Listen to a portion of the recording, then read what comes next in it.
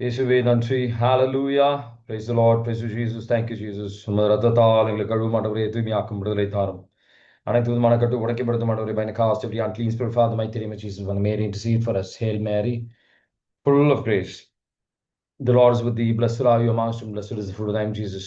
Holy Mary, Mother of God, pray for us sinners, now and at the hour of our death. Amen. இன்னைக்கு நம்ம சபை உரையாளர் 11வது அதிகாரத்தில் இருக்கின்றோம். இங்கே ஆஹ், ஆஹ், உங்க இளமையின் காலத்தில் ம், இளமையின் காலத்தில் முக்கியமா 8வது வசனம் 9வது வசனம் எடுத்து வாசிங்கன்னா ஒரு முக்கியமான கடவுள் ஒரு தீர்ப்பு கொண்டு வருவதற்கு இது எல்லா விஷயத்திற்கும் நம்ம தீர்ப்புக்கு வருவோம் அப்படின்னு சொல்லி இங்க வெளிப்படுத்துகின்றார். சபை உரையாளர் 11ல 8ம் 9ம் வாசிக்கிறீங்களா? மனிதன் எத்தனை ஆண்டுகள் வாழ்ந்தாலும் அவன் தன் வாழ்நாளெல்லாம் மகிழ்ச்சியுடன் இருக்கட்டும். இருள் சூழ்ந்த நாள்கள் பல இருக்கும் என்பதையும் அவன் மறக்கலாகாது. அதற்கு பின் வருவதெல்லாம் வீணே. இளையோரே, இளம் பருவம் மகிழ்ச்சியோடு இருப்பதற்கே. இளமையின் நாள்களில் உள்ள களிப்புடன் இருங்கள். மனம் விரும்புவதை செய்யுங்கள். கண்களின் நாட்டத்தை நிறைவேற்றுங்கள். ஆனால் நீங்கள் செய்கிற ஒவ்வொரு செயலுக்குரிய தீர்ப்பை கடவுள் வழங்குவார் என்பதை மறவாதீர்கள். ஆமேன். Praise the lord. ஆமீன். Praise the lord. உங்களுக்கு நான் இப்ப சொல்ல போற விஷயம் உங்களுக்கு புரியணும் அப்படின்னா நீங்க சிந்திக்க வேண்டியது நம்ம புரிஞ்சுக்க வேண்டியது என்னன்னா, இப்போ ஒரு விழாவுக்கு, ஒரு திருமண விழாவுக்கு நம்ம ஒரு அரசருடைய மாளிகையில் அழைக்கப்படுறோம் அப்படின்னு சொன்னா, போற வழியில உங்க கையில இன்விடேஷன் இருக்கு. நாளைக்கு நீங்க போறீங்க, போற வழியில உங்க அந்த அரசர் உங்களுக்கு ரொம்ப பிடிக்கும், ரொம்ப பிடிச்சிருக்கு, ரொம்ப நெருக்கமா இருக்கிறீங்க. ஆனா போற வழியில ஒரு குழியில விழுந்துட்டீங்க, அதுக்கான சேத்துல விழுந்துட்டீங்க.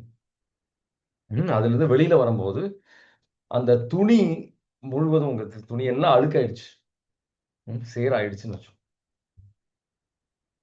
ஆனா உங்க சரீரத்துக்கு ஒன்றும் ஆகல, அழுக்கு ட்ரெஸ் மட்டும் அழுக்காயிடுச்சு, அவ்வளவுதான்.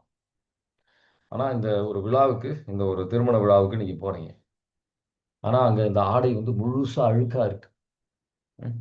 அந்த அரசர் உங்களை அந்த திருமண விழாவுக்கு அனுமதிப்பாரா, அனுமதிக்க மாட்டாரா?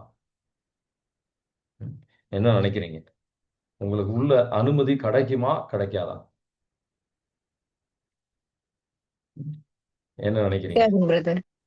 கிடைக்காது. இது நிறைவா தெளிவா புரிஞ்சுக்கணும் அப்படின்னா திருவழிபாடு 21:27, திருவழிபாடு 21:27, ஆண்டவருடைய பிரசன்னத்தில் அசுத்தமானது ஒன்றும் அவருடைய பிரசன்னத்துக்கு வராது. திருவழிபாடு 21:27 வாசிக்கிறீங்களா? ஆனால் தீட்டுப்பட்டது எதுவும் ஒருபோதும் அதில் நுழையாது. அதுபோல அருவருப்பானதை செய்வோரும் பொய்யரும் அதில் நுழைய மாட்டார்கள். ஆட்டுக்குட்டி வைத்திருக்கும் வாழ்வின் நூலில் பெயர் எழுதப்பட்டவர்கள் மட்டுமே அதில் நுழைவார்கள். ஆமேன். பிரைஸ். ஆமீன். Praise the Lord. வாழ்வின் புத்தகத்தை பத்தி கொஞ்ச நாள் தியானிச்சோம். ஆனா அது ஒரு பெரிய டாபிக். கடவுள் தீர்ப்புக்கு நம்ம போறதுக்கு நம்ம ஒரு உத்திரி புஸ்தி ஸ்தலம், பர்கட்ரி, நான் கரெக்டா ப்ரொனவுன்ஸ் பண்றேன்னு தெரியல. உத்திரி புஸ்தி ஸ்தலம் அப்படின்றது அது தூய்மை பெறுகின்ற ஒரு இடம். பல பேர் சொல்லுவாங்க, நான் கடவுள் மேல நம்பிக்கை வைக்கிறேன், எனக்கு இந்த தூய்மை பெற வேண்டிய அவசியம் இருக்கா அப்படின்னு நம்பிக்கை இருந்தா போதும் அப்படின்னு நினைச்சுக்கிற பல பேர் இருக்காங்க. தவறான சிந்தனை. பவுல் சொல்லுவார் 1 கொரிந்தியர் 3:13-15, ஒவ்வொரு மனிதனுடைய செயல். நம்ம இன்னைக்கு சபை உரையாடலாம் வாசிச்சோம், நல்லா என்ஜாய் பண்ண. ஆனா அது எல்லாத்துக்கும் நீ கணக்கு கொடுக்க வேண்டியிருக்கும். சரி, அனைத்து விஷயங்களுக்கும் ஒவ்வொரு மனிதனுடைய செயல் எரிக்கப்பட்டுச்சு அப்படின்னு சொன்னா அவன் இழப்பை சந்திப்பான். நெருப்பு வழியாக நம்ம செல்ல வேண்டியிருக்கும். அந்த நெருப்பு வழியாக செல்வதற்கு நீங்க ஆயத்தமாயிட்டீங்களா? உங்க செயல் ஆயத்தமாயிருக்கா? அது தூய்மையா இருக்கா? 1 கொரிந்தியர் 13:13 வாசிக்கிறீங்களா? ஆனால் ஆனால் அவரவருடைய அவருடைய வேலைப்பாடு வேலைப்பாடு தெரிந்துவிடும். தெரிந்துவிடும். தீர்ப்பு நாள் அதை தெளிவுபடுத்தும். அந்நாள் நெருப்பு மயமாய் வெளிப்படும். அந்நெருப்பு அவரவருடைய வேலை எத்தகையது என்பதை காட்டும். ஆமென். Praise the lord. ஆமென். Praise the lord. அவருடைய வேலை எந்த மாதிரி ஒரு வேலை அப்படின்னு சொல்லி நமக்கு புரிஞ்சுக்கலாம். இது அது முழுமையான இதை நல்லா வாசித்து புரிஞ்சுக்கிட்டீங்கன்னா இது நரகத்தை குறிக்கிற விஷயம் கிடையாது. ஏன்னா நரகத்துல முழுமையான ஒரு இழப்பு தான் இருக்கும். இது ஒரு முழுமையான ஒரு இழப்பு என்ற பற்றி சொல்லுறது. இது விண்ணகத்திற்கு போற ஒரு வழி. தூய்மை இல்லாம ஆன ஒரு பிரசன்னத்திற்கு வராது. புனித ஜேம்ஸ் தி அப்பாஸ்டல் அவர் சொல்றார், அவருடைய புத்தகத்தில் அவர் சொன்ன விஷயம் என்ன அப்படின்னா, இந்த உத்திரிபு ஸ்தலத்துல இருக்கிற நெருப்பு நரகத்தில் இருக்கின்ற நெருப்பை போல் இருக்குமாமா. ஒரே ஒரு வித்தியாசம் தான், அது நித்தியத்திற்கும் கிடையாது அப்படின்ற ஒரு வித்தியாசம். சிசிசி 1030 அதுல போட்டிருக்கோம். ஆல் ஹூ டை, ஆண்டவரின் கிருபையில் இறக்கின்றவர் அனைவரும். நம்ம எல்லாரும் நிறைய பேர் நம்ம இறக்கும்போது பாவத்தோட தான் இறக்குறோம். பெரும்பாலும் 99.9% நம்ம அந்த தூய்மை பெற வேண்டியது உத்திரிப்பு ஸ்தலத்துல நம்ம செல்லணும் விண்ணகத்திற்கு செல்வதற்கு. அது ஒரு மிக முக்கியமான தேவையான ஒரு விஷயம், தூய்மைப்படுவதற்காக. இது முதல் விஷயம். இரண்டாவது விஷயம், புராட்டஸ்டன்ட் சகோதரர்கள் நிறைய பேர் கேட்கிற விஷயம் என்ன அப்படின்னா, இது எங்க இருக்கு பைபிள்ல அப்படின்னு கேட்பாங்க. 2 மக்கபயர் புத்தகம் 12வது அதிகாரம் 43-45. அங்க யூதாஸ் மக்கபேயு அப்படின்றவர் அவரோட இருந்த அழிவுக்கு தோல்வி பெற்ற ஒரு வீரர்களை பார்க்கும்போது அவங்க சிலை வழிபாடு செய்திருப்பார்கள். அதை எடுத்து அவர் ஜெருசலமுக்கு அனுப்பி அவங்களுக்காக ஒரு பலியை செலுத்துவார். சரிங்களா? 2 மக்கபேயர் 12ல 43-45 வரைக்கும் வாசிக்கிறீங்களா? பின்பு அவர்கள் ஒவ்வொருவரிடமிருந்து அவர் பணம் திரட்டி 6 கிலோ வெள்ளி சேகரித்து பாவம் போக்கும் பலி ஒப்பு கொடுக்கும்படி எருசலேமுக்கு அனுப்பி வைத்தார். இச்செயல் மூலம் உயிர்த்தெழுதலை மனதில் கொண்டு நன்முறையில் மேன்மையாக நடந்து கொண்டார். ஏனெனில் வீழ்ந்தோர் மீண்டும் எழுவர் என்பதை எதிர்பார்த்திருக்கவில்லை என்றால் அவர் இறந்தோருக்காக மன்றாடியது தேவையற்றதும் மடமையும் ஆகும்.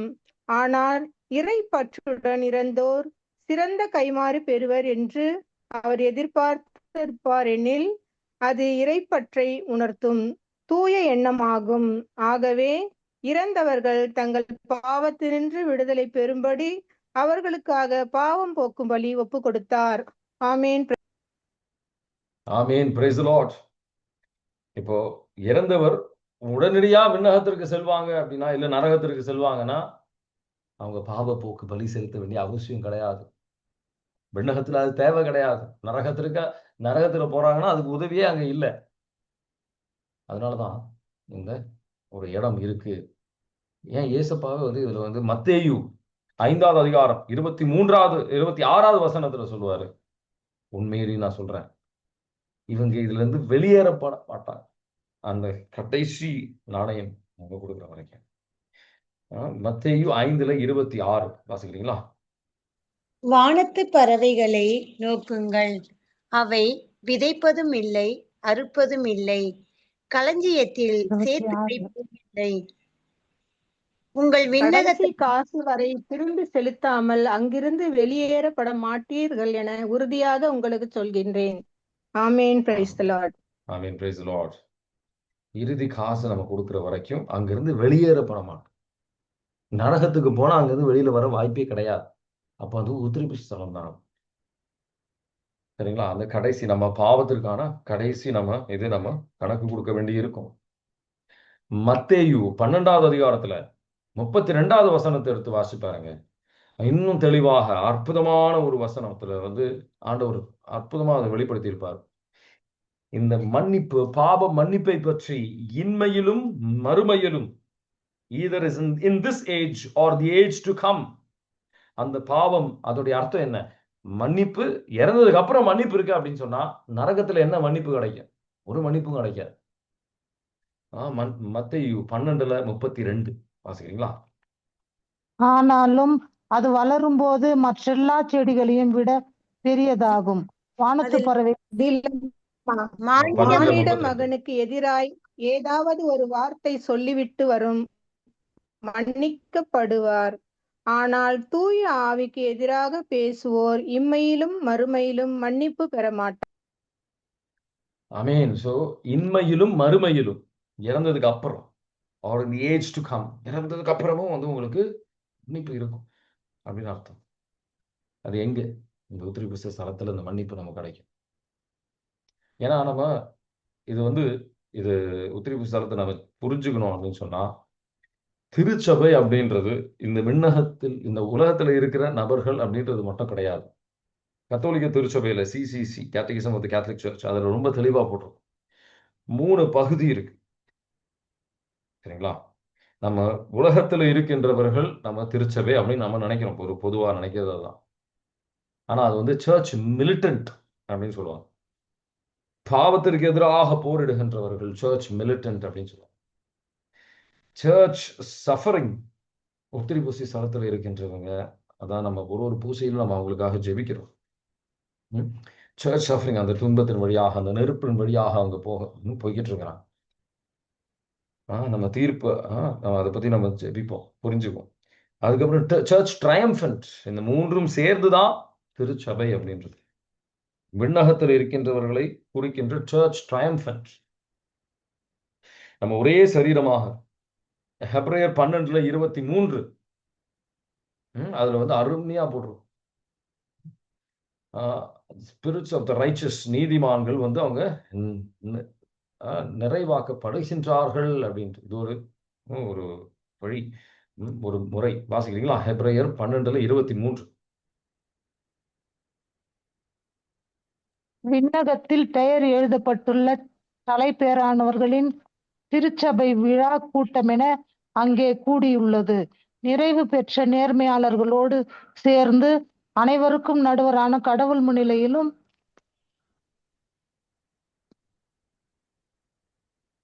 12:23. அது திரும்ப வாசிக்கிறீங்களா? எல்லாரும் கேட்கலாம் நினைக்கிறேன். முக்கியமா அந்த கடைசி பகுதி. விண்ணகத்தில் பெயர் எழுதப்பட்டுள்ளோர் தலைப்பேரானவர்களின் திருச்சபை விழா கூட்டம் என அங்கே கூடியுள்ளது. நிறைவு பெற்ற நேர்மையாளர்களோடு சேர்ந்து அனைவருக்கும் நடுவரான கடவுளின் முன்னிலையிலும் புதியோர் உடன்படிக்கையின் இணைப்பாளராகிய இயேசுவின் முன்னிலையிலும் நிற்பீர்கள். ஆபேலின் இரத்தத்தை போலன்று சிறந்த முறையில் குரல் எழுப்பும் இயேசுவின் இரத்தத்தினால் தெளிக்கப்பட்டிருக்கிறீர்கள். ஆமென். பிரைஸ் 23 ரொம்ப இந்த அவர் நிறைவு செய்யப்படுகின்றவர்கள், அந்த நீதிமான்களும் நிறைவு செய்யப்படுகின்றார். நீதிமானா இருந்தாங்கன்னா வந்து அங்க நிறைவு செய்யப்பட வேண்டிய ஒண்ணும் இல்லை. நீதிமானா இருந்தாலும் அவங்க ஒரு 4-7 வாட்டி பாவம் செய்யலாம். பாவத்தோட தான் பல நேரத்துல வந்து இறங்குறான். மரணம் வருது. அப்போ அவங்க உத்திரிபூ ஸ்தலத்துல போய் அவங்க தூய்மை பெற்று அவங்க வந்து விண்ணுக்கு செல்வாங்க. ஸோ அதனால நமக்கு ஒரு கடமை இருக்கு. பாதிரிப்பைய சொல்லுவார், நம்ம உத்திரிபூ ஸ்தலத்துல இருக்கின்றவர்களுக்காக, நம்ம குடும்பத்தார்களுக்கு மட்டும் இல்லை, நம்ம ஜெபிக்கணும். அதான் சில பேர் சொல்றது இரக்கம் காட்டு, அது ஒரு இரக்கத்தின் செயல். இரக்கம் காட்டும்போது நமக்கும் அந்த இரக்கம் கிடைக்கும். சரிங்களா? ஸோ நம்ம செய்ய வேண்டிய நம்ம சிந்திக்க வேண்டிய 4வது விஷயம், இது ஒரு நம்ம செய்ய வேண்டிய செயல். நம்ம முக்கியமா பூசையில் நம்ம அவங்களுக்காக ஜெபத்திற்காக அவங்களை வந்து அர்ப்பணிக்கணும். இரக்கத்தின் செயல். சரிங்களா? மத்தேயு 5:7 இரக்கம் காட்டுகின்றவர்கள் அவங்க இரக்கம் பெறுவார்கள். வாசிக்கிறீங்களா? மத்தேயு 5:7. இரக்கமுடையோர் பேறு பெற்றோர், ஏனெனில் அவர்கள் இரக்கம் பெறுவர். ஆமீன். Praise the lord. ஆமீன். Praise the lord. ஸோ நம்ம இறக்கும்போது என்ன நடக்குது, உண்மையாகவே என்ன நடக்குது? பல பேர் பல விஷயங்கள் சொல்றாங்களே அப்படின்னு சொல்லும்போது நமக்கு பல இதெல்லாம் சில விஷயங்கள்லாம் கேட்கும்போது நமக்கு குழப்பம் அதிகமாக வாய்ப்பு இருக்கு. இறக்கும்போது நடக்கிற விஷயம் அப்படின்றது முதல் விஷயம், முதல் படி அப்படின்றது பர்டிகுலர் ஜட்ஜ்மெண்ட் அப்படின்னு சொல்லுவாங்க ஆங்கிலத்தில். இல்லைன்னா இண்டிவிஜுவல் ஜட்ஜ்மெண்ட், தனித்துவமா ஒரு தீர்ப்பு அங்க நடக்கும். அதான் இன்னைக்கு வந்து சபை உரையாளர் 11ல என்ன பாஸ்டர் எவ்வளவு வேணா லைஃப் என்ஜாய் பண்ணிக்க, ஆனா கடைசியில தீர்ப்பு இருக்கு அப்படின்னு எச்சரிக்கை கொடுக்குறாரு. ஹெப்ரேயர் 9:27 அதை எடுத்து வாசித்தீங்கன்னா அது உங்களுக்கு புரியும். இறப்பு அதுக்கப்புறம் தீர்ப்பு அப்படின்னு சொல்லி. ஹெப்ரேயர் 9:27 வாசிக்கிறீங்களா?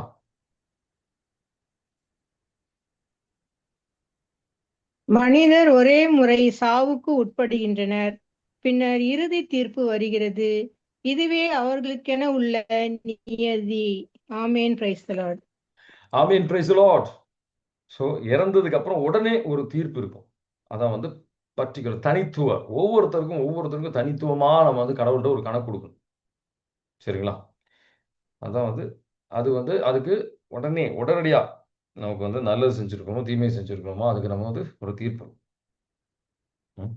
நம்ம இனி நமக்கு என்ன என்ன நிகழும் அப்படின்றது நமக்கு நல்லா தெரிய வரும் அந்த நேரத்தில். அது மட்டும் இல்லாமல் பொதுவா ஒரு தீர்ப்பும் இருக்கு, ஜெனரல் ஜட்ஜ்மெண்ட்னு சொல்லும். அது மத்தேயு 25வது அதிகாரம். இறுதி காலத்தில் எல்லாம் முழுமையாக இந்த உலகம் அழிவோட ஒரு சூழ்நிலையில் மத்தேயு 25ல் 31, 32 அதை எடுத்து வாசித்தீங்க அப்படின்னு சொன்னா, கடவுள் ஏசப்பா திரும்ப வரும்போது அவருடைய தூதர்களோட மகிமையில் வரும்போது அப்போ ஒரு தீர்ப்பு இருக்கும்.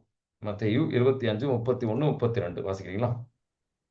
ஓர் ஆயர் செம்மறி ஆடுகளையும் வெள்ளாடுகளையும் வெவ்வேறாக பிரித்து செம்மறி ஆடுகளை 31, 32 தானங்க பிரதர்? ஆமா கரெக்ட் தான். வானதூதர் அனைவரும் புடைசூழ மானிட மகன் மாட்சியுடன் வரும்போது தம் மாட்சிமிகு அரியணையில் வீற்றிருப்பார். எல்லா மக்களினத்தாரும் அவர் முன்னிலையில் ஒன்றாக கூட்டப்படுவர். நெக்ஸ்ட் வாசிக்க பிரதர். 32 வருஷங்களா? Okay brother. நல்லா ஆமென். கவனிச்சீங்கன்னா எல்லாரும் நம்ம வந்து அது பப்ளிக்கா நம்ம செஞ்ச விஷயங்கள் அனைத்தும் அங்க வெளிப்படுத்தப்படும். கடவுள் முன்னாடி நம்ம வந்து அங்க எல்லாருக்கு முன்னாடி ஒரு கணக்கு இருக்கு. கடவுளுக்கு முன்னாடி தனித்துவமாக நம்ம ஒவ்வொருத்தரும் இறக்கும் போது அங்க ஒரு கணக்கு கொடுக்க வேண்டிய ஒரு சூழ்நிலை இருக்கு. சரிங்களா?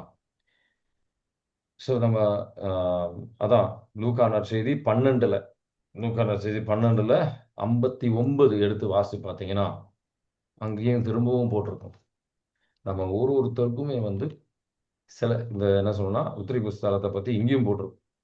நம்ம வந்து கடைசி வரைக்கும் நம்ம வந்து கடைசி காசு நாணயம் வரைக்கும் நம்ம வெளியில செல்ல மாட்டோம் அப்படின்னு சொல்லி வாசிக்கிறீங்களா? கடைசி காசு வரை நீங்கள் திருப்பி செலுத்தாமல் அங்கிருந்து வெளியேற மாட்டீர்கள் என உங்களுக்கு சொல்கிறேன். ஆமென். அல்லேலூயா. நரகத்திற்கு போனா அது நீங்க புரோட்டஸ்டன்ட் சகோதரர்கள்ட்ட கேட்டாலும் சொல்லுவாங்க, யாருக்குமே அதுல இருந்து வெளியில வர முடியாது. பைபிள் பல இடத்துல போட்டிருக்கு. அங்க லாசருடைய ஓமை அதுல வந்து செல்வந்தர் போவார், அங்கிருந்து வெளியில வர முடியாது, வாய்ப்பே கிடையாது. அதை மனசுல வச்சுட்டீங்கன்னா இது உங்களுக்கு புரியும். சில விஷயங்கள் நம்ம இது புரியும். நம்ம 6வது விஷயம் நம்ம சிந்திக்க வேண்டியது, இது என்ன நடக்கும், என்ன உத்திரிப்பு ஸ்தலத்துல என்ன நடக்கும், எப்படி நம்ம அங்க செல்றோம் அப்படின்றத புரிஞ்சுக்கிறது. ஆனா அதே நேரத்துல 6வது விஷயம் அப்படின்னு சொன்னா உத்திரிப்பு ஸ்தலத்துல ஒரு விதமான ஒரு மகிழ்ச்சி அங்க இருக்கு. சில பேர் சொல்லுவாங்க அதுல 9 நிலைகள் இருக்கு, அந்த தலங்கள் ஒரு ஸ்டேஜஸ் இருக்கு அப்படின்னு சொல்லுவாங்க. நான் அதை பத்திலாம் அதுக்கெல்லாம் ஆழத்துக்கு போறதுக்கு நேரமும் இல்லை. பிளஸ் அது வந்து முழுமையா வந்து சபையோட போதனை அப்படின்னு சொல்ல முடியாது. அதே நேரத்துல வந்து நம்ம முக்கியமா நம்ம சபையோட போதனை திருச்சபை சொல்லி தர விஷயங்களும் வந்து நம்ம இன்னைக்கு சிந்திக்க போறோம். இது ஒரு மிக முக்கியமான மறை உண்மை என்ன அப்படின்னு பாத்தீங்கன்னா ஒரு மிஸ்ட்ரி. செயின்ட் கேத்தரின் ஆஃப் ஜியன்னா அவங்க சொன்ன விஷயம் அப்படின்னா அதுல வந்து அவங்களுக்கு ஒரு அந்த துன்பத்திலையும் ஒரு பெரும் மகிழ்ச்சி அவங்களுக்கு இருக்கு அப்படின்னு சொல்லுவாங்க. உத்திரி புஸ்தகத்துல இருக்கிறவங்க இந்த மகிழ்ச்சி அந்த துன்பத்தை அது வந்து கம்மி ஆக்காதுன்னு சொல்லுவாங்க. அந்த துன்பமும் அந்த மகிழ்ச்சியை அந்த துன்பமும் இருக்கும், மகிழ்ச்சியும் ரெண்டுமே வந்து ஈக்குவலா இருக்கும் அப்படின்னு சொல்லுவாங்க. ஏன் மகிழ்ச்சி அப்படின்னு பாத்தீங்கன்னா, அவங்க நரகத்திற்கு செல்லல. அவங்க வந்து ஒரு மீட்பு கிடைச்சிருக்கு. அவங்களுக்கு தெரியும். அவங்க கடவுளை அவங்க பார்க்க போறாங்க அப்படின்னு. ம். அந்த நரகத்தின் துன்பம் அவங்களுக்கு கிடையாது. அவங்க சாத்தானோட அந்த இடத்தை அவங்க செலவழிக்கவில்லை. அதுல உள்ள அந்த முக்கியமா அந்த ஒரு அன்பு இருக்கும். கடவுள் மேல ஒரு அன்பு. ம். எந்த அளவுக்கு நான் வந்து கடவுளை வேதனைப்படுத்தி இருக்கிறேன் அப்படின்ற ஒரு உணர்வு அவங்களுக்குள்ள இருக்கும். இன்னும் நான் நிறைவாகணும் அப்படின்ற ஒரு ஏக்கம் அவங்களுக்குள்ள இருக்கும். உத்திரிபூசி தரத்துல நடக்கிற விஷயத்தை முக்கியமான ஒரு விஷயம். சரிங்களா? நன் நன்றி நன்றியில வந்து நன்றி இல்லாதவர்கள் விண்ணத்திற்கு செல்ல முடியாதுன்னு சொல்லுவாங்க. சென்ட் ஜான் மரிய வியானி ஒருத்தர்களுடைய பரிந்துரை செய்கிறவர். அவர் வந்து சொல்லுவார், நன்றி இல்லாதவர்கள் விண்ணத்திற்கு செல்ல முடியாதுன்னு சொல்லி. இப்ப உத்திரிபு ஸ்தலத்துல நம்ம வந்து நிறைவான நன்றியை கற்றுக்கொள்வோம் அப்படின்னு அவர் சொல்லுவார். சரிங்களா? இதுக்காக நம்ம உத்திரிபூசி ஸ்தலம் போற வரைக்கும் நம்ம காத்து நிக்கணும்னு அவசியம் கிடையாது. அந்த கடவுளுடைய அன்பின் நெருப்பு நம்ம உள்ளத்திற்கு அவர் இப்ப கொடுக்கறதுக்கு அவர் தயாரா இருக்கா. ஆவியானவர் வழியாக நம்மளை தூய்மைப்படுத்துற அவர் தயாராக இருக்கிறாரு. பாவ சங்கீதத்தினர் வழியாக, நம்ம பாவத்திற்கு கழுவாய் செய்வதற்கு வழியாக, மற்றவர்களை அன்பு செய்வதற்கு வழியாக. ஹெப்ரேயர் 12வது அதிகாரம் 14வது வசனம். அதனாலதான் தூய்மைக்காக நம்ம அதிகமான முக்கியத்துவத்தை கொடுக்கும். இந்த சபை உரையாளர்ல சொல்ற மாதிரி வந்து எப்படி வேணா என்ஜாய் பண்ண, எப்படி வேணா வாழ்க்கையை வாழலாம். இந்த உலகத்தை நான் விட்டு வரமாட்டேன், எனக்கு கடவுள் ஆசீர்வாதமும் வேணாம் அப்படின்ற ஒரு ஆன்மீகத்தை நம்ம விட்டு விலகி வரணும். ஹெப்ரேயர் 12:14 வாசிக்கிறீங்களா? தூய்மை இல்லாம கடவுளை பார்க்க முடியாது. அனைவருடனும் அமைதியா இருக்க முயலுங்கள், தூய்மையை நாடுங்கள், தூய்மையின்றி எவரும் ஆண்டவரை காண மாட்டார். ஆமேன். Praise the lord. ஆமீன். Praise the lord. அதுக்காக இந்த உத்திரிபூசி ஸ்தலம் அப்படின்றது. தூய்மையின்றி ஆண்டவரை பார்க்க முடியாது. அதனால நீங்க மூன்று விதமான இன்னைக்கு செய்ய வேண்டிய 3 செயல்கள், 3 முடிவுகள், நீங்க எடுக்க வேண்டிய 3 முடிவுகள். முதல் விஷயம்,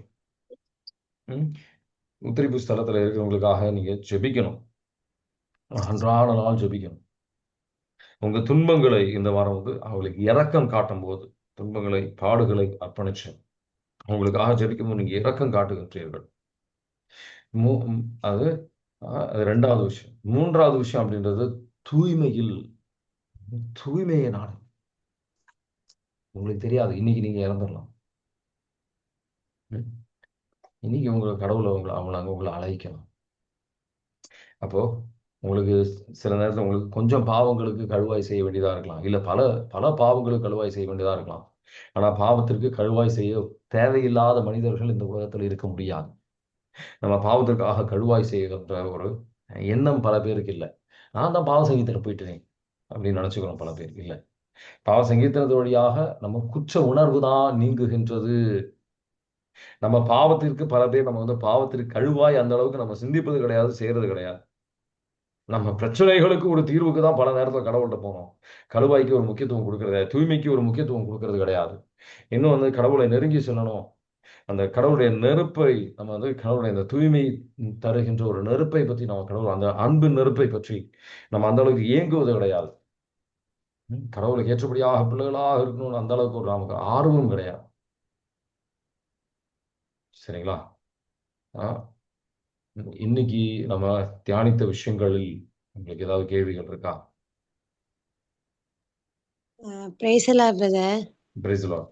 சமீபத்துல என்னோட ஃப்ரெண்டோட அவங்க ஹஸ்பண்ட் இறந்துட்டாப்புல. அவங்க ஒரு 3 லட்சம் கடன் வாங்கியிருந்தாப்புல. அப்ப அவர் இறந்தோடனே அந்த 3 லட்சம் பணம் கொடுத்தவங்க வந்து இந்த என் ஃப்ரெண்டுகிட்ட கேட்டாப்புல, நான் எப்படி கொடுக்க முடியும், நான் கொடுக்க முடியாது அப்படின்னு சொல்லிட்டு ஃபர்ஸ்ட் அனுப்பிட்டாப்புல. அப்புறம் அவங்க ஃபோனை எடுத்து சர்ச் பண்ணப்ப வட்டி போட்டு விடுங்கப்பா அப்படின்னு சொல்லி பேசியிருந்தேன்ப்ப. அப்ப நான் கேட்டேன், நான் இதுக்கு முன்னாடியே கேட்டேன், நீங்க எப்படிப்பா அவர் வாங்கினவர் உன்கிட்ட சொல்லாம எப்படிப்பா நீ ஏன் கொடுத்த அப்படின்னு கேட்டப்ப அவங்க எனக்கு இந்த வசனத்தை சொன்னாங்க. கடைசி காசை கொடுக்க, நீங்க சொன்னீங்கல்ல இப்ப 12 கடைசி காசை கொடுக்க வரை நீ சேர மாட்டாய் அப்படிங்கையில அவங்க சொன்னாங்க, அதாவது நம்ம யார்கிட்டயா ஒரு கடன் பட்டிருந்தா அந்த காசை கொடுத்துடணும், இல்லைன்னா அவங்க மூலமா யாரு இருக்காங்களோ அவங்க கொடுக்கணுமா பிரதர், இல்லைன்னா நம்ம இறந்த பிறகு நமக்கு வந்து மோட்சம் கிடைக்காதுன்னு சொல்லி சொன்னாங்க. அது உண்மையா பிரதர்? புரியல புரியல. அவங்க வந்து அவங்களுக்கு செய்ய வேண்டிய ஒரு நீதி. சரிங்களா? அது இல்லைன்னு நான் சொல்லல. மோட்சத்துக்கு வந்து நம்ம பாவம் தெரிஞ்சு செய்யும் போது, முக்கியமா வந்து தெரிஞ்சு செய்யும் போதுதான் வந்து அது அதிகமான ஒரு பாவம். நம்ம வந்து இது அவரு இந்த மாதிரி நான் தரமாட்டேன் அப்படின்ற ஒரு உணர்வுல அவர் வந்து இறந்து போகல. கரெக்டுங்களா? ஸோ அவரு தரணும்னு மனநிலையெல்லாம் இருந்திருக்கிறாரு. அவரு கடவுள் அழைத்திருக்கிறாரு. நம்ம அதுக்கு வந்து நம்ம வந்து அதுக்கு வந்து கடவுள் கையில தான் அது இருக்கு. அதோடைய ஒரு ஆனா கொடுத்துட்டாங்க பிரதர், அவங்க கொடுத்துட்டாங்க. புரியுது. ஆனா அது அதுக்கும் இதுக்கும் வந்து ஒரு லிங்க் இல்ல. சரிங்களா? Okay brother. நாம ஸோ அதனால அந்த விதத்துல அது யோசிக்க வேண்டிய இந்த வசனத்துடைய பல பேர் இதான் பைபிளுடைய ஒரு பல பேர் செய்யற ஒரு மிகப்பெரிய தவறு என்ன அப்படின்னா, பைபிள் அவங்களுக்கு ஏற்றபடியா அவங்க வந்து சிந்திக்க ஆரம்பிச்சிருவாங்க. பைபிள்ல என்ன உத்தேசம், இதோடைய திருச்சபை இதை பத்தி என்ன சொல்லி கொடுக்குது அப்படின்றத வந்து அந்த அளவுக்கு அவங்க யோசிக்கிறது கிடையாது. சரிங்களா? Bible interpretation of the word of God, கடவுளுடைய வார்த்தையை வந்து அதோடைய ஆழத்தை புரிஞ்சுக்கிறது அப்படின்றது ஒரு முறை இருக்கு. அதை நம்ம நினைச்ச மாதிரிலாம் புரிஞ்சுக்க கூடாது. பல பேர் செய்யற ஒரு மிகப்பெரிய தவறு. சரிங்களா? அது காசு பத்தி பேசல.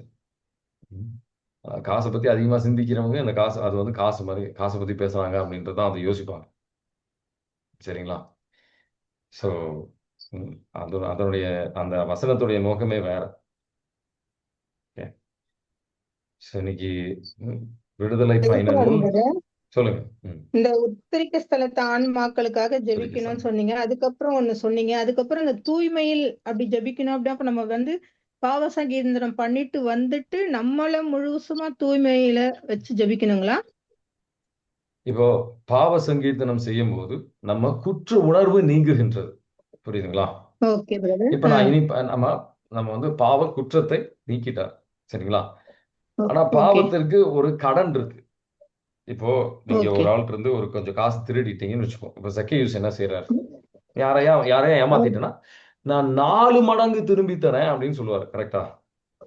Okay brother. அது வந்து பாவத்திற்கு கழுவாய் செய்வது அப்படின்னு சொல்லுவாங்க. ஓகே.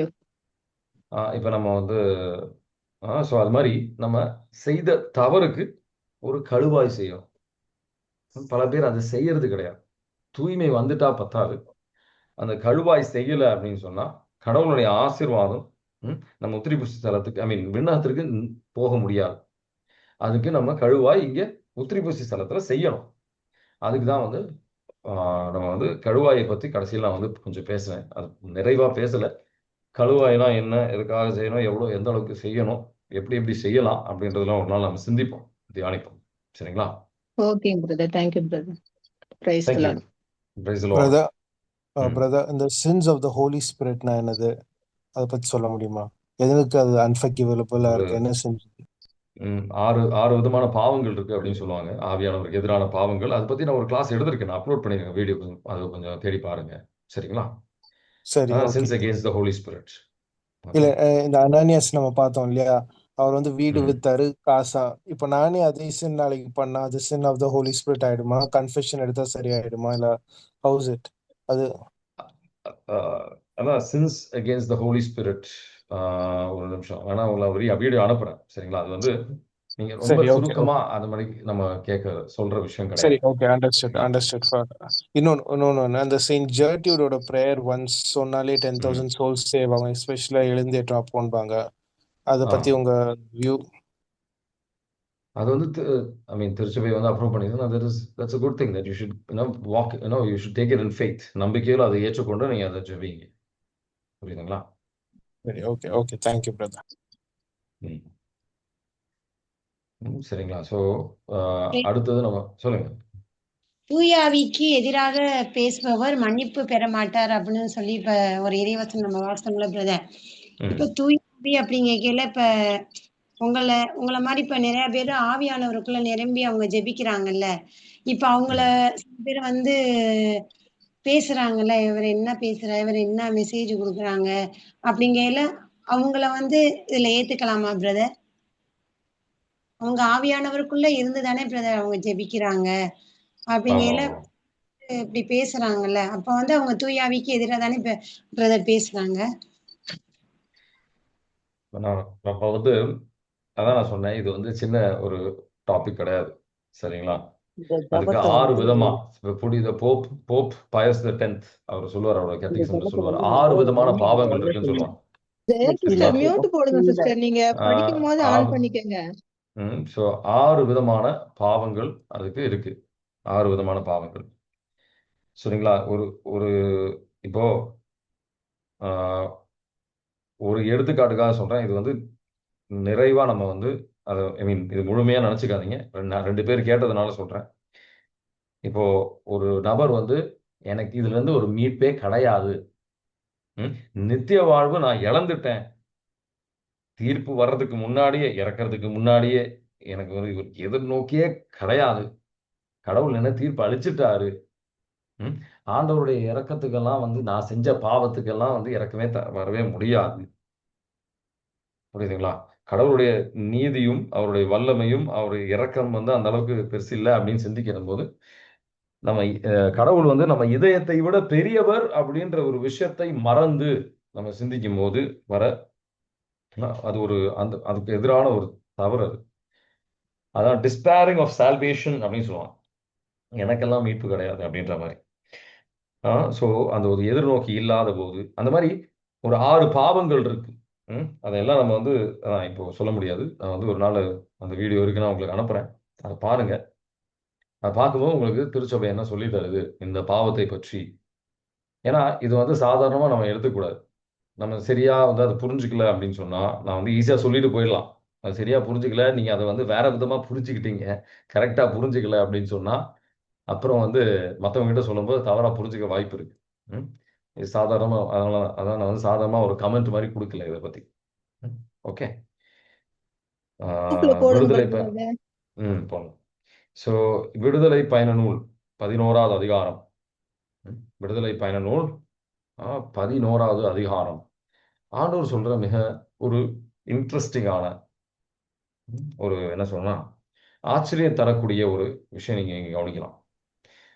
விடுதலை பயண நூல் 11வது அதிகாரம் 1ல இருந்து 3 வரைக்கும் வாசிக்கிறீங்களா?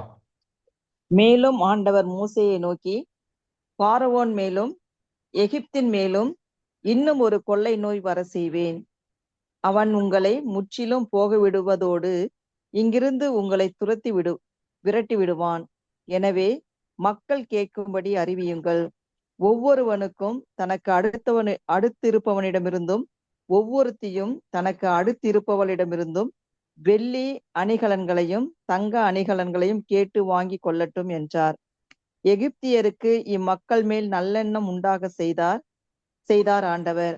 மேலும் மோசே எகிப்து நாட்டில் பார்வோனின் அலுவலர் முன்பும் குடிமக்களின் முன்பும் மிக பெரியவராய் திகழ்ந்தார். ஆமேன். Praise the Lord.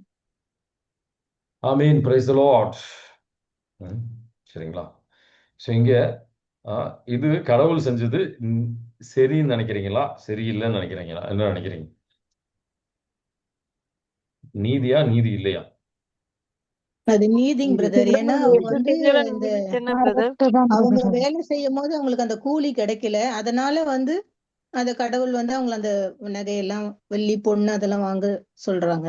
அது நீதி தானுங்களே. கரெக்ட் தான். அது நீதியான ஒரு செயல் தான், கரெக்ட். ஏன்னா சில பேர் இது வாசிச்சுட்டு சரியா புரிஞ்சுக்க மாட்டாங்க, என்ன கடவுள் இப்படி செஞ்சுட்டாரு அப்படின்ட்டு. அதனால அது ஒரு விஷயம், முதல் விஷயம் நான் சிந்திக்க அழைக்கிற விஷயம் என்ன அப்படின்னா, நம்ம எப்படி இப்போ இதே மாதிரி சில இழப்புகள் வரும்போது நீதி உடனே நடக்கணும் அப்படின்னு நினைக்கிறோம். ஆனா நீதி அப்படின்றது கடவுளுடைய நேரத்திற்கு விட்டு கொடுத்தீங்க அப்படின்னு சொன்னா அவரு நிறைவா நீதி அவரு செய்வாரு. இந்த மாதிரி இப்போ அவங்களுக்கு எப்படி நிறைவா கடவுள் அவங்க இந்த மகிழ்ச்சியோட வந்து அவங்க எகிப்து தேசத்துல இருந்து நிறைவா கடவுள் நீதி செய்வார். கடவுளுடைய நேரத்திற்கு நம்ம விட்டு கொடுக்கறது கிடையாது. அதனால கடவுளால நம்ம நீதிக்காக ஏங்கி ஏங்கி கடவுளுடைய நேரத்திற்காக காத்து நிக்காம சாத்தான் நம்மளை ஏமாத்திக்கிட்டு இருக்கிறான். முதல் விஷயம் நம்ம கற்றுக்கொள்ள வேண்டியது இதுதான். இது நான் ப்ரிப்பேர் பண்ணல. இப்போ கடவுள் உங்ககிட்ட சொல்ல அழைக்கிற ஒரு விஷயம். அதனால இது உங்ககிட்ட சொல்றேன். சரிங்களா? அடுத்த ஒரு விஷயம் அப்படின்னா நம்ம நம்ம வாழ்ந்துகிட்டு இருக்கிற காலம் என்ன மாதிரி காலம் அப்படின்னா, இந்த இன்ஸ்டன்ட் காஃபி காலம் அப்படின்னு கூட சொல்லலாம். ரோமையர் புத்தகத்துல 13:8 13:8 வாசிக்கிறீங்களா? ரோமையர் 13:8. நீங்கள் யாருக்கும் எதிலும் கடன்படாதிருங்கள், ஒருவருக்கொருவர் அன்பு செலுத்துவதே நீங்கள் செலுத்த வேண்டிய ஒரே கடனாய் இருக்கட்டும். பிறரிடத்தில் அன்பு கூறுபவர் திருச்சட்டத்தை நிறைவேற்றுபவர் ஆவார். ஆமேன். Praise the lord. ஆமீன். Praise the lord. இந்த கடன் பெறுவதை பற்றி ஆண்டவர் இந்த வசனத்தை வாசிக்கும் போது ஆண்டவர் நினைவுபடுத்த விஷயம் அப்படின்றது இதுதான், கடன் படுவதை பற்றி. சரிங்களா? இந்த காலகட்டத்தில் நம்ம வாழ்ந்துட்டு இருக்கிற சமூகத்துல பாத்தீங்கன்னா, கடன்லாம் இல்லாமலாம் நம்மளால வாழ முடியாது அப்படின்ற ஒரு சிந்தனை இருக்கிற ஒரு சமூகத்துல தான். அது எந்த அளவுக்கு மோசம் அப்படின்னு சொன்னா, ஒரு கடன்ல 2 கடன்ல கடன் மேல கடனா வாங்கிக்கிட்டு போறோம். சரிங்களா? கடன் மேல கடனா வாங்கிக்கிட்டு போறோம். ஆனா விபிலியத்தை பொறுத்த வரைக்கும் பாத்தீங்க அப்படின்னா, நம்ம இந்த பல விதமான கடன் வாங்கும் போது நமக்கு பல விதமான பாதிப்புகள் இருக்கு. பொருளாதார பாதிப்புன்றது மட்டும் கிடையாது. அது ஒரு பாவம் அப்படின்னு சொல்லி அதுல சொல்லல. ஆனா கடன் வழியாக பல பாதிப்புகள் நமக்கு இருக்கு. அது ஒரு விதமான கட்டு அப்படின்னு ஆண்டவர் சிந்திக்க அழைக்கிறார். இந்த ஒரு விஷயத்த பாவமாக சிந்திக்கிறது கிடையாது. அதை அவாய்ட் பண்ணுங்க. எவ்வளவுக்கு கடனுக்கு பதிலாக நீதிமொழிகள் கடன் வாங்குவது அப்படின்றது அது ஒரு விதமான ஒரு அடிமைத்தனத்திற்கு நம்ம செல்கின்றோம் அப்படின்னு புரிந்து கொள்ள ஆண்டவர் அழைக்கிறார். நீதிமொழிகள் 22:7 வசனம் வாசிக்கிறீங்களா? செல்வர் ஏழையை அடக்கி ஆளுவர், கடன்பட்டவர் கடன் கொடுத்தவருக்கு அடிமை. ஆமேன். Praise the lord. ஆமேன். Praise the lord. அடிமையாக எப்படி எகிப்து தேசத்திலிருந்து மக்களை அடிமத்தத்திலிருந்து கடவுள் கொண்டு வருகின்றாரோ, அவருடைய பிள்ளைகள் யாரும் இந்த கடன் என்ற ஒரு அடிமத்தத்துக்கு நம்ம செல்லணும் அப்படின்னு சொல்லி கடவுள் விரும்பல. கடன் அப்படின்றது நம்ம வரப்போற ஒரு கடவுள் தருகின்ற ஒரு பணத்தையும் நம்ம அந்த கடன்காரனுக்கு நம்ம கொடுக்கணும். நமக்கு ஆண்டவர் கடவுள் சொல்ல விரும்புகின்ற ஆமேன் அப்படின்ற ஆண்டவரே ஆமேன். சரி, நமக்கு அதை சொல்ல முடியாது. பல நேரத்துல கடவுள் யாருக்காவது நமக்கு உதவி செய்ய சொல்லுவார். ஆனா நம்மளால சொல்ல முடியாது இந்த கடன் பட்டு இருக்கும்போது. நிறைய பேர் நான் பார்த்திருக்கிறேன். நீங்க என்ன சொல்லணும்னா, கடன் வாங்கும்போது இந்த கடவுளுக்கு அந்த முக்கியமா இந்த தசம பாகம் அதுக்கெல்லாம் யோசிக்க கூட மாட்டாங்க. எனக்கு அதுக்கு கடவுளுக்கு கொடுக்கறதுக்கு என்னுடைய சம்பளத்துல இருந்து கொடுக்கறதுக்கு கொஞ்சம் காசு இருக்கா, அதுக்கு எனக்கு இது இருக்கா அப்படின்லாம் யோசிக்க மாட்டாங்க. அவங்க தேவைகள் தான் அந்த நேரத்துல பெருசா தெரியும். அப்ப என்ன நடக்குது? கடவுளுக்கு 2வது இடம். அதுக்கப்புறம் பாத்தீங்கன்னா கடன் இன்னும் அதிகமாகிட்டே போகுமே ஒழிய, ஏன்னா கடவுளுக்கு பொருளாதாரத்துல ஒரு ஒரு ஆராதனை செய்யல. நிறைய பேர் ஒரு ஆள் இல்ல, 2 ஆள் இல்ல, கடன் கடன் கடன் தான். கடனுக்கு அடிமையாக வாழ்ந்துட்டு இருக்கிற கடவுளுடைய பொருளாதார ஆசீர்வாதத்தை வாழ்க்கை முழுவதும் பெறாத அளவுக்கு சாத்தான் அடிமையா வச்சிருக்கிறான். 2வது ஒரு விஷயம் நம்ம சிந்திக்க வேண்டியது என்னன்னா, நமக்கு அடுத்த நாள் என்ன நடக்கும்னு நமக்கு தெரியாது. யாக்கோபின் நூல் 4வது அதிகாரம் 13-15. நம்ம கடன் எதை வச்சு வாங்குறோம்? நமக்கு வருங்காலத்துல எனக்கு இந்த அளவுக்கு சம்பளம் இருக்கும் அப்படின்னு நினைச்சுக்கிட்டு நம்ம வாங்குறோம். நல்ல உடல் நலம் இருக்கும் அப்படின்னு நினைச்சுக்கிட்டு வாங்குறோம். நம்ம அடுத்த நாள் என்ன நடக்கும் நமக்கு தெரியாது. யாக்கோபின் நூல் 4:13-15 வாசிக்கிறீங்களா? இன்றோ குறிப்பிட்ட நகரத்துக்கு போய் அங்கே உண்டு தங்கி வாணிபம் பணம் ஈட்டுவோம் என சொல்கிறவர்களே சற்று கேளுங்கள். நாளைக்கு உங்கள் வாழ்க்கை எப்படி இருக்கும் என்பது உங்களுக்கே தெரியாது. நொடி பொழுதில் தோன்றி மறையும் புகை போன்றவர்கள் நீங்கள். ஆகவே அவ்வாறு சொல்லாமல், ஆண்டவருக்கு திருவுள்ளமானால் நாங்கள் உயிரோடு இருப்போம், இன்னென்ன செய்வோம் என்று சொல்வதே முறை. இப்பொழுதே நீங்கள் வீம்பு பாராட்டி பெருமை கொள்கிறீர்கள். இதை போன்ற பெருமையெல்லாம் தீமையானது. நன்மை செய்ய ஒருவருக்கு தெரிந்திருந்தும் அவர் அதை செய்யாவிட்டால் அது பாவம். ஆமென். Praise the lord. ஆமென். Praise the lord. நம்ம கடன், அத்தியாவசிய பொருட்கள் இல்லாத விஷயங்களுக்கு கடன் எடுத்து, ஏன்னா நம்ம காசை வந்து நம்ம கிட்ட இல்லாத காசை நம்ம தேவையற்ற பொருட்கள், அத்தியாவசிய பொருள் இல்லாத நம்ம செலவழிக்கும் போது நம்ம வருங்காலத்தை நம்மளால கண்ட்ரோல் பண்ண முடியாத ஒரு சூழ்நிலை நம்ம இந்த மாதிரி செஞ்சுட்டு இருக்கோம். எப்பவுமே விபிலியத்துல பொறுத்த வரைக்கும் நீங்க பாத்தீங்கன்னா, நீதிமொழிகள் 21:5 முதல்ல அது வந்து சேமிப்பு வேணும். சேமிப்பை வைத்து நம்ம வந்து சில பொருட்கள் வாங்கணும் அப்படின்னு சொல்லி கடவுள் விரும்புவார். நீதிமொழிகள் 21:5 வாசிக்கிறீங்களா? 23ங்களா பிரதர்? 21:5.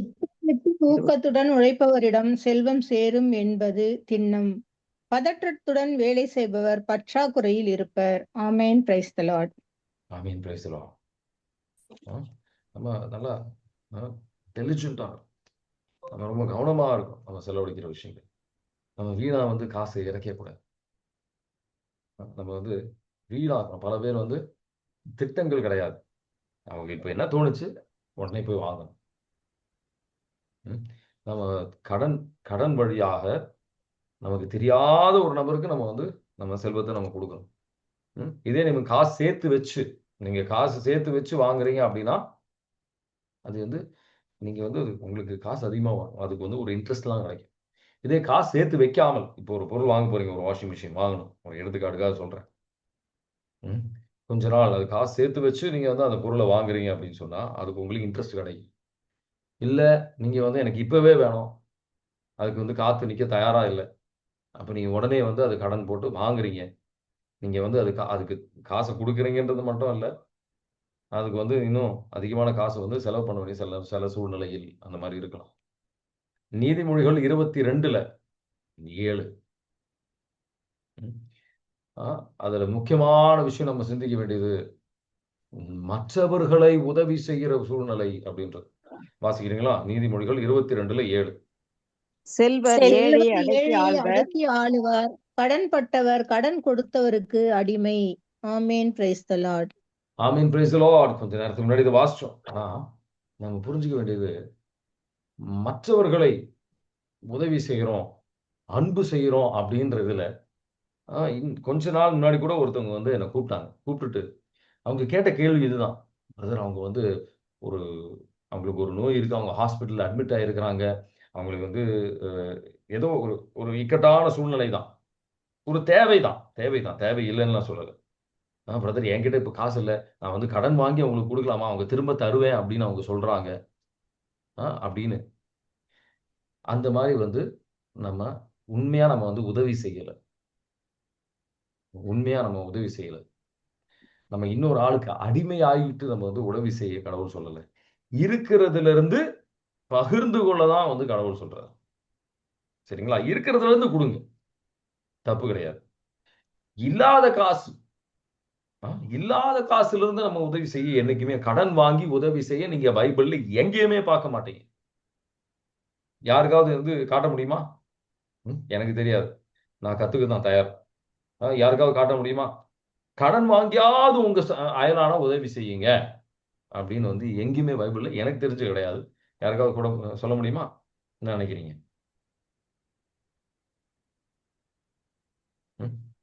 உங்க அபிப்பிராயம்? அந்த மாதிரி இல்லைன்றது, உங்களிடம் இருக்கிறத அடுத்தவங்களுக்கு பகிருங்க அப்படின்றதுதான் இருக்குது. ஆமா, ஏன்னா உங்களை நேசிப்பதை போல் உங்க அயலானை நேசி. நம்மளையும் நம்ம குடும்பத்தையும் நேசிக்க கூடாதுன்னு கடவுள் என்னைக்கு சொல்றாரு. நம்மள இருந்து நம்ம கையில இருக்கிறதுல ஒரு எக்ஸ்ட்ரா இருக்கு, நீங்க ஒரு சேமிப்பு வச்சிருக்கிறீங்க, அதுல இருந்து ஒருத்தருக்கு உதவி தேவைப்படுது, நீங்க உதவி செய்யலாம், தப்பு கிடையாது. சரிங்களா? அது என்ன சேமிப்புன்றது பொறுத்து இருக்கு. உங்க பிள்ளைங்களோட படிப்புக்காக வச்சிருக்கிறீங்க. அது ஒரு அதுவும் ஒரு தேவை அப்படின்னு சொன்னா அது வேற. சர்ப்ளஸா இருக்கிற ஒரு செலவு நம்ம அதுக்கு கொடுக்கணும்னா தப்பு கிடையாது. ஆனா சில பேர் நீ கொஞ்ச நாள் முன்னாடி ஒருத்தவங்க கூப்பிட்டாங்க. கூப்பிட்டு அவங்க சொன்ன விஷயம் இதுதான். பிரதர், இந்த மாதிரி ஒருத்தவங்க கடன் வாங்கி எனக்கு உங்ககிட்ட காசு இல்லைன்னா அட்லீஸ்ட் கொஞ்சம் கடனா வாங்கி விடு, நான் திரும்ப தந்துடுறேன் அப்படின்னு சொல்லுவாங்க.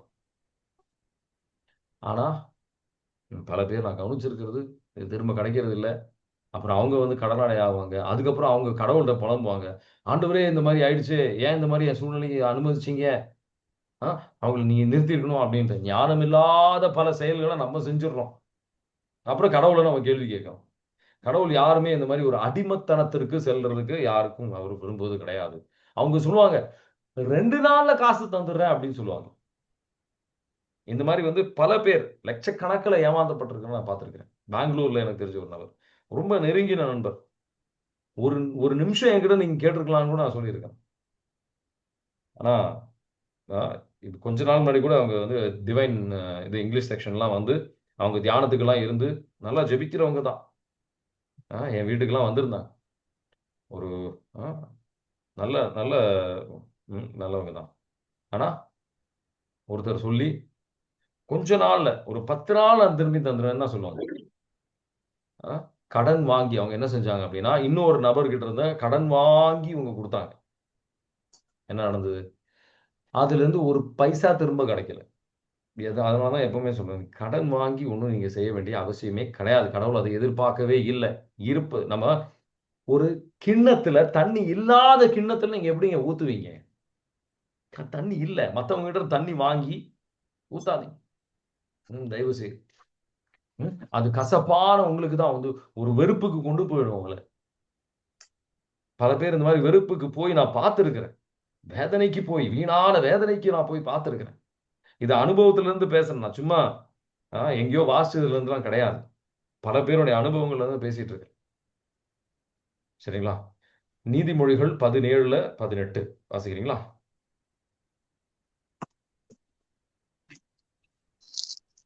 அடுத்தவர் கடனுக்காக பொறுப்பேற்று அவருக்காக பிணையமாய் நிற்பவன் அறிவில்லாதவனே. ஆமென். Praise the lord. ஆமென். Praise the lord. அறிவில்லாதவனே அப்படின்னு போட்டு.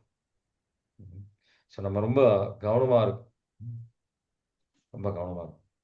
அதனால நம்ம நடக்க போறது நமக்கு தெரியாது. நாளைக்கு நமக்கு வேலை இருக்குமானே நமக்கு தெரியாது. கடவுள் வேற ஏதாவது ஒரு விஷயத்தை வச்சிருக்காருனே தெரியாது.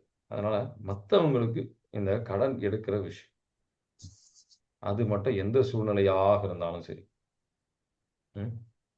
என்னைக்குமே நம்ம மற்றவங்களுக்கு உதவி செய்யறோம்னா அவர் பொருளாதாரம் நம்ம கைக்கு நம்ம பொருளாதாரமா அவர் கடவுள் தருவார். சரிங்களா? அதனாலதான் நம்ம முதல் ஒரு வாசிச்ச ஒரு முக்கியமான வசனம் என்ன? ரோமியர் 13:8. யாருக்கும் கடன் யாருக்கும் நீங்க கடன் வாங்குற விதமா வச்சுக்காதீங்க. ரோமியர் 13:8 வாசிக்கிறீங்களா? நீங்கள் யாருக்கும் எதிலும் கடன் படாதீர்கள். ஒருவருக்கொருவர் அன்பு செலுத்துவதே நீங்கள் செலுத்த வேண்டிய ஒரே கடனாய் இருக்கட்டும். பிறரிடத்தில் அன்பு கூறுபவர் திருச்சட்டத்தை நிறைவேற்றுபவர் ஆவார். ஆமென். Praise the lord. ஆமென். Praise the lord. கடவுள் இந்த கடன் எடுக்கிறதுக்கு எதிரெல்லாம் கிடையாது. ஆனா மோசமான கடன், பேட் டெட் அப்படின்னு சொல்லுவாங்க. அன்பின் கடன் நமக்கு இருக்கலாம், தப்பு கிடையாது. நம்ம மற்றவர்களுக்கு கனிவாக இருக்க வேண்டியது நம்ம கடமை. அதுக்கு ஒரு முடிவே கிடையாது. அந்த மற்றவர்களுக்கு பணிவிடை செய்வதற்கு ஒரு முடிவே கிடையாது. நம்ம எப்பவுமே அன்பு செய்யற ஒரு தயாராக இருக்கணும். சரிங்களா? நம்ம உள்ளதை வைத்து அன்பு செய்யணும். நம்ம கடனுக்கு செல்லும் போது என்ன நடக்கும்னா, மற்றவங்களுக்கு நம்ம உதவி கேட்கும் போது, நம்ம கிட்ட உதவி கேட்கறாங்கன்னா நமக்கு உதவி செய்யறதுக்கு நம்ம கையில காசுமே இருக்காது. சரிங்களா?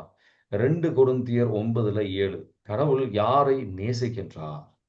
அவர் இந்த மாதிரி நிறைவாக மகிழ்ச்சியாக தருகின்றவர்களை, கடன் வாங்கி மற்றவர்களை உதவி செய்யும் போது நம்மளால மகிழ்ச்சியாக நம்மளால தரதுக்கு கொஞ்சம் கஷ்டமா இருக்கும் நமக்கு. 2 கொரிந்தியர் 9:7 வாசிக்கிறீங்களா? ஒவ்வொருவரும் ஒவ்வொருவரும் தீர்மானித்தபடியே கொடுக்கட்டும். மனம் வருத்தத்தோடு கட்டாயத்தினாலே கொடுக்க வேண்டாம். முகம் மலர்ச்சியோடு கொடுப்பவரே கடவுளின் அன்புக்கு உரியவர். ஆமேன். Praise the lord. ஆமீன். Praise the lord. கடன் பெறும்போது நம்ம கடன்ல இருக்கிறோம். நம்ம முதல்ல யாருக்கு கடன் கொடுக்கணுமோ அவனுக்கு கடனாளிக்கு தான் முதல்ல நம்ம வந்து கொடுக்கறத பத்தி யோசிப்போம். கடவுளுடைய ராஜ்யத்திற்கு கொடுக்கறதுக்கு நம்மளால யோசிக்க முடியாது. சரிங்களா? நிறைவாக மகிழ்ச்சியோட நம்ம கொடுக்கணும் அப்படின்ற மாதிரி ஒரு எண்ணத்துல இருக்கணும். இந்த கடன்ல நம்ம இருக்கும்போது கடன் இருக்கு அப்படின்னு சொன்னா நமக்கு வந்து ஒரு நிறைவு இருக்காது. என்னைக்குமே நம்ம பத்தலை அப்படின்ற ஒரு எண்ணம் சிந்தனை தான் இருக்கும். இன்னும் அதிகமா சம்பாதிக்கணும். ஹெப்ரேயர் 13:5 ஒரு நிறைவு இருக்காது. சரிங்களா? ஹெப்ரேயர் 13:5 வாசிக்கிறீங்களா? பொருள் ஆசையை விலக்கி வாழுங்கள், உள்ளதே போதுமென்று இருங்கள். ஏனெனில் நான் ஒருபோதும் உன்னை கைவிட மாட்டேன், உன்னை விட்டு விலக மாட்டேன் என்று கடவுளே கூறியிருக்கிறார். ஆமீன். Praise the lord. ஆமீன். Praise the lord.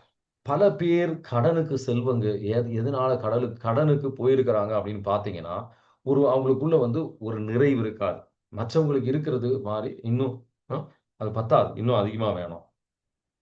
இந்த வீடு பத்தலை, இன்னும் நல்ல ஒரு வீடு வேணும். இந்த அனுபவம் பத்தலை, எனக்கு இன்னும் ஒரு பெரிய வெளிநாட்டுக்கு செல்லணும். ஒரு நிறைவில்லாத ஒரு சூழ்நிலை தான் பல பேருக்கு இந்த கடனுக்கு சென்றிருக்கிறாங்க. ஒரு அடிமத்தத்திற்கு சென்றிருக்கிறாங்க. சரிங்களா? பல பேர் பெரும்பாலும் பல கடன்கள் இதனால வந்திருக்கு. சரிங்களா? கடனே எடுக்கக்கூடாதுன்றது பிப்ளிய கடன் எடுக்கிறது பாவம் அப்படி கிடையாது. எந்த சூழ்நிலை அது சொல்லல பிப்ளியத்துல. ஆனா நம்ம ஒரு நிறைவில்லாத சூழ்நிலையில் நம்ம வந்து இது என்ன சொல்லணும், நம்ம பேராசைக்காகவும் இந்த மாதிரி விஷயங்களுக்காக நம்ம மற்றவங்க மாதிரி இருக்கணும் அப்படின்றதுக்காக இல்லை, கடவுள் ஆவியானவர் தூண்டுதலால நம்ம சில விஷயம் நிறைய விஷயம் எல்லா விஷயங்களும் செய்யணும். எல்லா விஷயங்களும் 1 யோவான் 2:16 கண்களின் இச்சை வாசிக்கிறீங்களா? 1 யோவான் 2:16.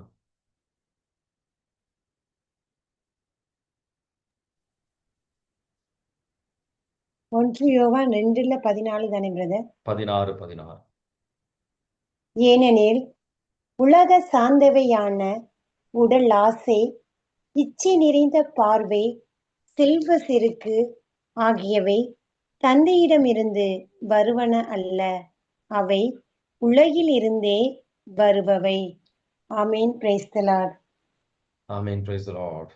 அப்ப நடைமுறை வாழ்க்கையில நம்ம என்ன செய்யணும்? உங்களுக்கு அதான் முதல் கேள்வியா இருக்கும். சரிங்களா? நடைமுறை வாழ்க்கையில் நம்ம என்ன செய்யணும்? நம்ம முதல் விஷயம் எப்படி மற்றவர்களை வந்து உதவி செய்யறது, கடனுக்கு போகாம மற்றவர்களை உதவி செய்யணும்.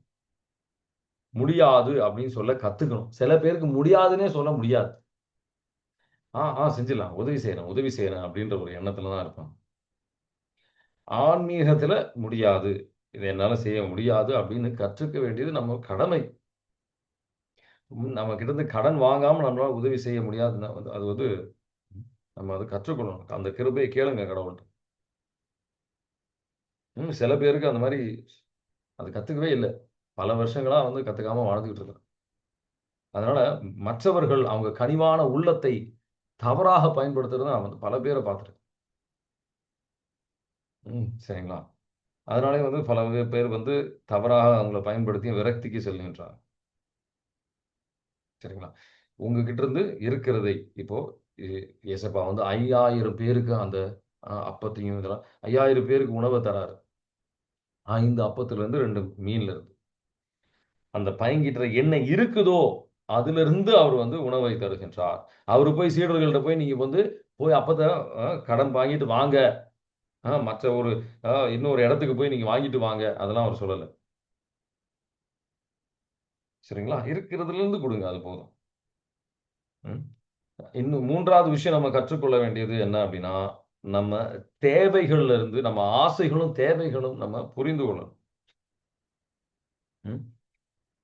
ஒரு மனிதர்களுக்கு தேவை இருக்குன்னா நம்ம உதவி செய்யணும். நம்மளால உதவி செய்யணும், மற்ற உதவி செய்யக்கூடிய நபர்கள் இருப்பாங்க, அவங்கக்கிட்ட உதவி செய்ய நம்ம சொல்லலாம், தப்பு கிடையாது. ஒரு கடன் தேவைப்படுது அப்படின்னு சொன்னா, இல்லை ஒரு பேங்க் கிட்ட அனுப்பலாம், வேற என்ன பண்றது. ஸோ அதனால யாருக்கும் ஒரு கடனும் இல்லாம நம்ம தேவைகளுக்குள் நம்ம கடவுள் கொடுக்கிற வருவாய்க்குள் நம்ம வாழ்வதுகின்ற கடவுளுக்கு முதல் இடம் கொடுத்து தசம பாகத்தை கொடுத்து நம்ம வாழுகின்ற நபர்களாக இருக்கணும். அப்போ என்ன நடக்கும் அப்படின்னா, மற்றவர்களுக்கு நீ கடன் கொடுப்பாய், நீ கடன் வாங்க மாட்டாய். அது ஒரு மிகப்பெரிய ஒரு ஆசீர்வாதம். இணை சட்ட நூல்ல கடவுளை கடவுளுக்கு கீழ்ப்படுகின்றவர்கள், கடவுளை நேசிக்கின்றவர்களுக்கு கடவுள் கொடுக்கிற ஒரு ஆசீர்வாதம். என்னை விட செல்வம் அதிகமாக இருக்கின்றவர்களுக்கு நான் பெரிய சம்பளம் இல்லாத சூழ்நிலையில நான் மற்றவர்களுக்கு கடன் கொடுக்கின்றவர்களாக நான் ஆண்டவர் வைத்திருந்தார். என்ன எனக்கு பெரிய சம்பளம் இருந்தது அப்படின்றதுனால கிடையாது. நம்ம விவிலியத்திற்கு ஏற்றபடியாக வாழ்கின்ற நபர்களாக இருக்கும்போது கடன் கொடுப்பவராக இருப்பாய், நீ கடன் வாங்குறவாக இருக்க மாட்டாய். சரிங்களா? You will lend, you will not borrow அப்படின்னு போட்டிருக்கும். இணை சட்ட நூல் 28வது அதிகாரத்தில் அந்த வசனம் எங்க இருக்குன்னு தேடிட்டு இருக்கிறேன். வாசிக்கிறீங்களா? 12. உன் நிலத்துக்கு மழை கொடுக்கவும், அதனால் நீ மேற்கொள்ளும் செயல்கள் அனைத்திற்கும் ஆசீர் வழங்கவும், தன் நன்மைகளின் கருவூலமாகிய வானத்தை ஆண்டவர் உனக்காக திறப்பார். நீ பல்வேறு இனத்தாருக்கு கடன் கொடுப்பாய், நீயோ கடன் வாங்க மாட்டாய். ஆமீன். Praise the lord. ஆமீன். Praise the lord. நம்ம கடன் வாங்க வேண்டிய அவசியமே கிடையாது. கடன் வாங்குனா கடவுளுடைய பிள்ளையாக இது அனைத்தும் பைபிள்ல இருக்கிற எல்லாத்தையும் நம்ம எந்த அளவுக்கு ஃபாலோ பண்ண முடியுமோ ஃபாலோ பண்ண முயற்சி செய்யும் போது இந்த உயர்த்துதல் நம்ம கிடைக்கும். நம்ம உறுதியாக தருவார். நம்ம ஒரு 2-3 மாசம் செய்ய ஆரம்பிச்சுட்டு உடனே இந்த ஆசீர்வாதம் கிடைக்கும்னு எதிர்பார்க்கக்கூடாது. சரிங்களா? நம்ம ஆண்டவருக்கு ஏற்றபடியாக அத முயற்சி எடுத்துக்கிட்டே இருக்கும்போது ஒரு கட்டத்தில் வரும்போது நீ நம்ம கடன் கொடுக்கின்றவர்களாக இருப்போம், கடன் வாங்குறவங்களாக இருக்க மாட்டோம். சரிங்களா? ஆனா நீங்க சரி கடன்ல இருக்கிறீங்க, அதனால முதல் விஷயம் நம்ம சேமிக்கணும். சேமிப்பு அப்படின்ற ஒரு எண்ணத்திற்கு வரணும். நீதிமொழிகள் 21:20 இருக்கும். இப்ப கடன்ல இருக்கிறீங்க அப்பனா ஆண்டவர்கிட்ட ஒரு உடன்படிக்கை வைங்க. ஆண்டவரே, என்னை இந்த கடன்ல இருந்து எடுத்துட்டு வாங்க. கடன்ல இருந்து ஒரு விடுதலை தருவார். சரிங்களா? இன்னைக்கு தியானித்த விஷயங்கள்ல உங்களுக்கு ஏதாவது கேள்விகள் இருக்கா? நிறைய கேள்விகள் இருக்க வாய்ப்பு இருக்கு. சொல்லுங்க. Price the Lord. விடுதலை பயணம் ஆரம்பிக்கும் போது சொன்னீங்க, இது நான் சொல்லணும்னு நினைக்கல, கடவுளோட நேரத்துக்காக நீதி கடவுளோட நேரத்துக்காக விட்டுக்கணும். அது எனக்காக சொன்ன மாதிரி இருந்தது. கொஞ்சம் அவசரப்பட்டேன். நீதி கடவுள் கொடுப்பாரு அப்படிங்கிற நம்பிக்கை இல்லாம வெயிட் பண்ணணும் அப்படிங்கிற மாதிரி தோணுச்சு. Price the lord. Praise the lord. Praise the Lord brother. இப்ப நம்ம கஷ்டப்படும் போது கடன் வாங்கிட்டோம். ஆனா இப்ப நம்ம கொடுக்கிற சூழ்நிலையில இருக்கும்போது அந்த கடன் கொடுத்தவங்க இல்ல, அப்ப நம்ம என்ன பண்றது?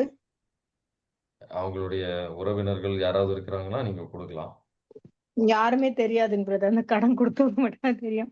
அவங்க இல்ல, அவங்க உறவினர்கள் யாரும் தெரியாது. அதுக்காக தான். சரி. அப்ப இன்னைக்கு நீதிமொழிகள்ல சொன்ன மாதிரி அது உங்களுக்கு சேர வேண்டிய விஷயமா இருக்கலாம். சேர்த்து வைங்க. அது சில நேரத்துல யாராவது கேட்கிற ஒரு சூழ்நிலை கூட இருக்கலாம். கொஞ்சம் சேர்த்து வைங்க அதுக்காக, அந்த கடனுக்காக. சரிங்களா? சேர்த்து வைங்க. ஆனா ஏதாவது தேவை யாராவது கேட்கிற சூழ்நிலையா இருந்ததுன்னா அது கடவுள் பயன்படுத்துறதுக்காக தருவார். சொல்லுங்க. ஓகேங்க brother. Thank you. Praise the Lord brother. Praise the Lord brother. எப்படி இருக்கீங்க? நல்லா இருக்கேன் பிரதர். Praise the Lord. ஒரு ஊழியக்காரர் ஊழியத்துக்கு சர்ச்சு கடன் கொடுங்க அப்படின்னு கேட்கிறாரு. கரெக்டா இன்னைக்கு காலையில கேட்டாரு. ஒரு 25,000 கடன் கொடுங்க, திருப்பி தரேன்னு சொல்றாரு. நான் ப்ரேயர் பண்ணி சொல்றேன். நீங்க என்ன சொல்லலாம்? அவர் பாஸ்டர் தான், புரியுது. சபைக்காரர். உங்களுக்கு அந்த தசம பாகத்துல இப்போ இருக்கு கொடுக்கறதுக்கு அப்படின்னா நீங்க கொடுக்கலாம். இல்லைன்னா அதான் நான் இன்னைக்கு சொன்ன மாதிரி உங்களுக்கு ஏத்தபடி கடவுள் பேச வைக்கிறார் போல. நீங்க கடன் எடுத்து கொடுக்க வேண்டிய அவசியம் கிடையாது. பொறுமையா இருங்க. இருக்கிறதுல இருந்து கொடுத்தா போதும். சரிங்களா? ஓகே. இருக்கிறதுல இருந்து மீன்ஸ் எங்க சேமிப்பு இல்ல. என்ன சொன்னீங்க? இல்ல இருக்கிறதுல இருந்துன்னா எங்களோட சேமிப்புல இருந்து எடுத்து கொடுக்கவா? அப்படி இல்லை. நீங்க ஆல்ரெடி இப்ப இந்த மாசத்துக்கு ஒரு டைத் தசம 10ல ஒரு பங்கு கொடுக்க வேண்டிய ஒரு காசு இருக்கும்ல. ஆமா அது இருக்கு அப்படின்னா அதுல இருந்து கொடுக்கலாம். இல்ல அது இல்ல இந்த மாசம் கொடுத்துட்டு இல்ல என்ன செய்ய? கொடுத்துட்டீங்கன்னா அவங்க பொறுமையா இருக்க சொல்லுங்க. அடுத்த மாசம் தான் என்னால தர முடியும்னு சொல்லி. ஓகே ஓகே, தேங்க்யூ சரிங்களா? Thank you praise the Lord. Thank you. Praise the Lord. எனக்காக இருந்துச்சு. Yes. வேற ஏதாவது கேள்வி இருக்குங்களா? Praise Lord brother. Praise the Lord. Brother, இப்போ கடன் வாங்கிட்டாங்க, இப்ப சிக்கல்ல மாட்டிருக்காங்கன்னா அதை எப்படி கடவுள்கிட்ட ஒப்பு கொடுத்து அதுல இருந்து விடுதலை அடையுது? அதான் நான் வந்து இப்போ அதுக்கு அது வந்து ஒரு உங்க தசம பாகம் கொடுக்க முடியல, மற்றவங்களை உதவி செய்ய முடியாத சூழ்நிலைக்கு போயிருக்கிறீங்க. அதுக்காக வந்து கடவுள்கிட்ட முதல்ல மன்னிப்பு கேட்கணும். எந்த அளவுக்கு உங்களால தசம பாகம் கொடுக்க முடியுமோ அதுக்கு முயற்சி எடுக்கணும். அதுக்கப்புறம் ஆண்டவர்கிட்ட மன்னிப்பு கேளுங்க. ஆண்டவரே, இந்த மாதிரி தேவையற்ற கடன்கள் நான் செல்ல மாட்டேன் உங்க கிருபையால அப்படின்ற ஒரு இதுல வந்து ஆண்டவர்கிட்ட ஜெபிங்க. ஆண்டவர்கிட்ட விண்ணப்பத்தை வைங்க. சரிங்களா? அப்ப ஆண்டவர் வந்து அந்த இரக்கத்தை காட்டுவார். உடனடியா வந்து வரணும்னு எதிர்பார்க்காதீங்க. அது சில ஒரு கட்டத்தில் அது ஒரு இரக்கத்தை காட்டுவாரு. அவர் உதவி செய்வார் அதுல வந்து வெளியில வர்றதுக்கு. சரிங்களா?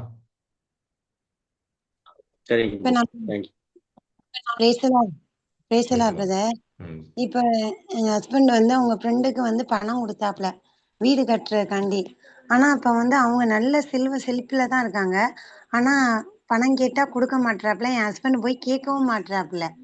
ஆனா நாங்க டெய்லி மீட் பண்ணிக்கிறோம். இப்ப அவங்கள என்ன பிரதர் நம்ம இப்ப நீங்க சொன்னீங்கல்ல பிரேயர்ல ஒப்பு கொடுங்க, அது மாதிரிதான் நம்ம ஒப்பு கொடுக்கலாமா பிரதர்? ஒப்பு கொடுக்கலாம். உங்களுக்கு சேர வேண்டிய விஷயம் அது அவங்க கையில இருந்தாலுமே அது அவங்களுக்கு பாதிப்பு. அது அவங்களுக்கு நல்லதுக்கு வராது.